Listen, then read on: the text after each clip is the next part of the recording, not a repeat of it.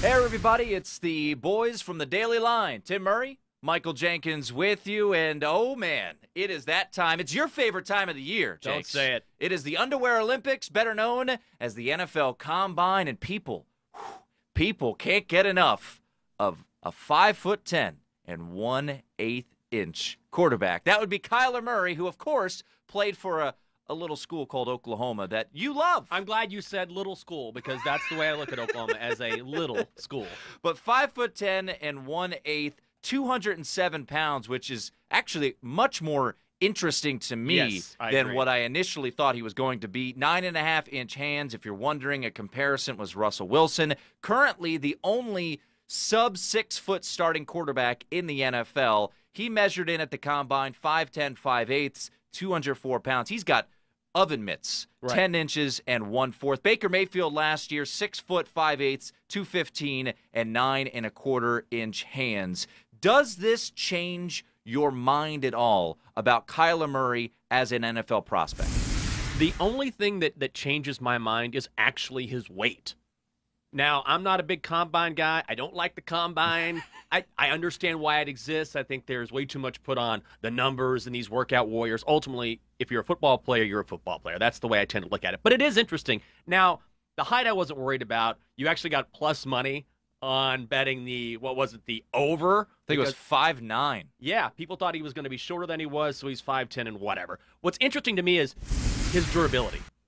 Kyler Murray didn't get hit in college, A, because he's very elusive, and B, because he played behind a very exceptional offensive line. I believe the Joe Moore award-winning offensive line, the best offensive line in the country. So he didn't get hit.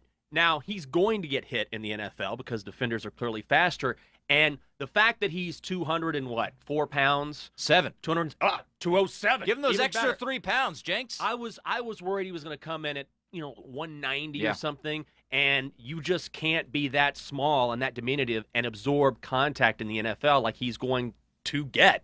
So the fact that he's heavier and still fast, he can clearly run, to me that's a sign that, okay, maybe he's got some measurables that I didn't take into account. We always focus on height, but weight does matter, especially when you get hit. Well, and I do want to bring up one thing, and this has been circling social media, and it's a great statistic in my opinion. And you mentioned the offensive line, which certainly helps, but you look at Daniel Jones from Duke, who is measured in north of 6'5" at the NFL Combine. He had 12 balls batted down at the line this year. Drew Lock was 6'3 3/4 coming out of Missouri, 8 balls batted down. Kyler Murray, 5. So I think the height has been a little bit overblown, and especially the way that the NFL has now adapted and taken a lot of wrinkles from the college ranks. Yeah. It used to be the opposite, right? If you wanted a chance to play in the NFL, you had to play in a pro-style offense, and now NFL offensive minds are adapting to these incredible athletes like a Kyler Murray.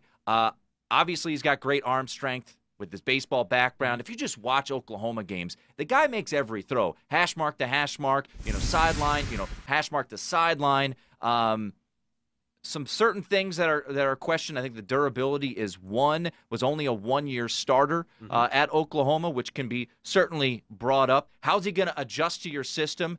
Or are you going to get an innovative coach like Bill O'Brien, adapted to the quarterback they brought in Deshaun Watson?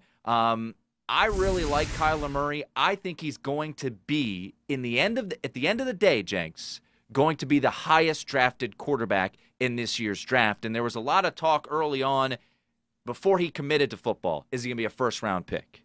Now he's committed to football. Is he going to be a top 10 pick? And my answer is 100% Yes. yes. You can actually get odds on that. Yeah. And bet, the over-under on, I think it's, 9.5, right? So the under would be getting selected before the 9th pick, and I think that's absolutely going to happen. And I think a lot of people are saying, well, is he one of the top 10 best players in this draft? It doesn't matter. Every single year we see teams fall in love with quarterbacks. We see quarterbacks get overdrafted. And when you think about right now, the scuttlebutt is that Arizona is interested. Now, I don't think that'll happen. That might just be a play to maybe get people interested in that number 1 overall pick. Who knows what John Gruden's going to do with Oakland at 4? and their situation going to Las Vegas next year. I don't think Derek Carr is their starting quarterback heading into Las Vegas in 2020. You've got the Giants there at 6, who reportedly aren't very interested in Kyler Murray. You've got the Jaguars, who might end up landing Nick Foles. You've got Denver. Yes, I know they traded for Joe Flacco, but is he truly their future? You've got Cincinnati, who I don't think people are giving enough thought about because of Andy Dalton, who has no more guaranteed money on his deal. You've got a brand new coach in Zach Taylor, a mini Sean McVay. You've got the Dolphins at 13. You've got the Redskins at 15. And a lot of mock drafts may not have Kyler Murray in the top 10. The reason being, you can't project trades. Trades are going to happen. Sure. Kyler Murray is going to be a top 10 pick when it's all said and done on draft night. I think Kyler Murray is a very good prospect. I think he's going to be a good quarterback in the NFL. But I also think that teams, and we see this every year, they have recency bias, especially when it comes to watching college tape where the best players dominate. Last year's quarterback class across the board, whether it was Sam Darnold, Josh Allen, Josh Rosen, and Rosen in particular, who is a Arizona Cardinal, and we hear the Cardinals again might be looking at Kyler Murray. These guys haven't had a chance to develop, but across the board, these are better quarterback prospects, but teams, again, fall in love with the quarterback I disagree position. about Josh Allen.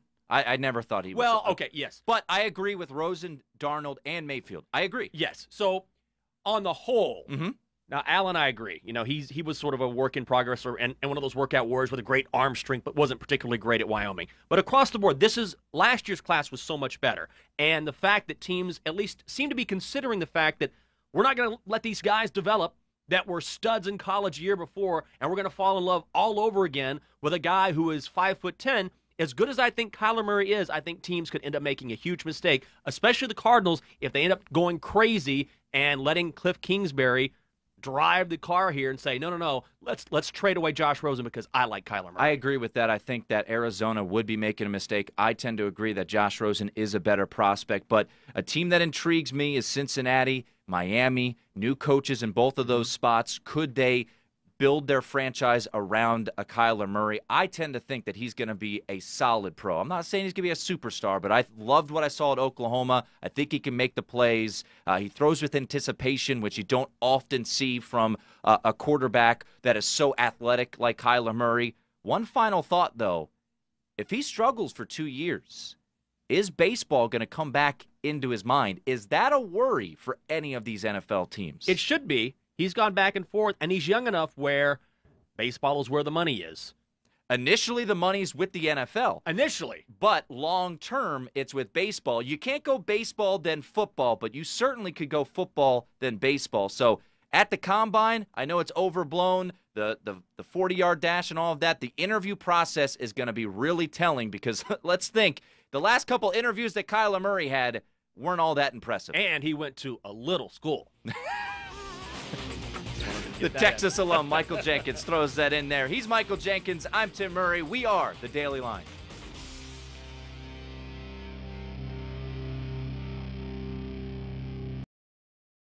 Hi, I'm Mike Tirico, and thanks for watching. Make sure to hit subscribe for the latest news and highlights from NBC Sports.